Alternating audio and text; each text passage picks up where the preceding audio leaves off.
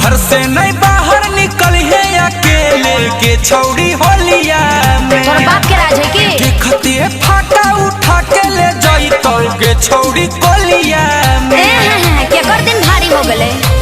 घर से नहीं बाहर निकल है अकेले के छौड़ी होलिया में। हाँ देखते फाटा उठा के ले जाई तो के छौड़ी कोलिया में। चल चल जने कादो माटी से लेटाई दे कादो माटी से लेटाई दे चोलिया बाभन टोलिया में। कादो माटी से लेटाई दे चोलिया बाभन टोलिया में। कादो माटी से लेटाई दे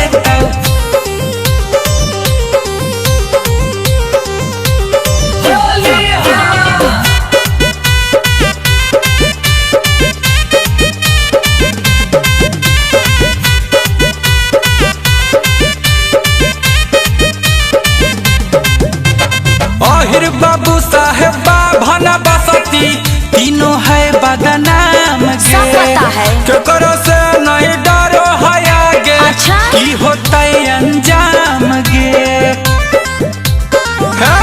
की रे अहिर बाबू साहेब बाभन बसती हाँ। तीनों है बदनाम गे की करिए? केकरो से नहीं डरो है आगे की होता है अंजाम गे।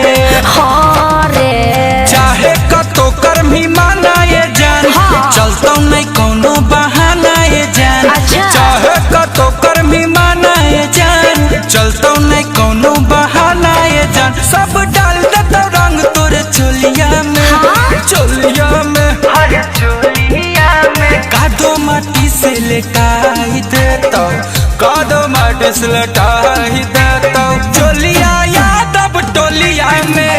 कादो माटी से लेटाई दे चोलिया यादव टोलिया में। कादो माटी से लेटाई देता सारा रा रा रा रा होलिया।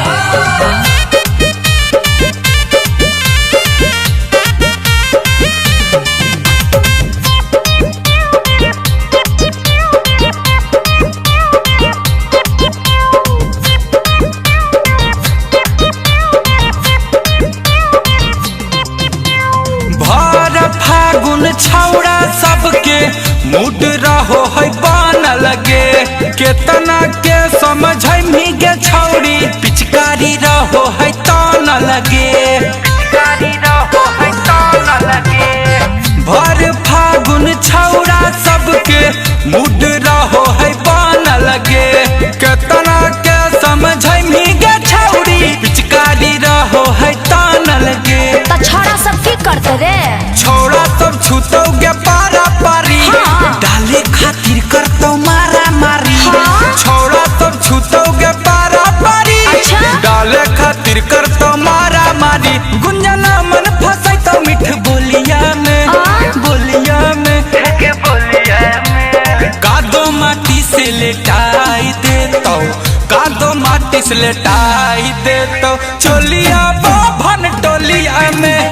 कादो माटी से लेटाई दे चोलिया बाभन टोलिया में। कादो माटी से लेटाई दे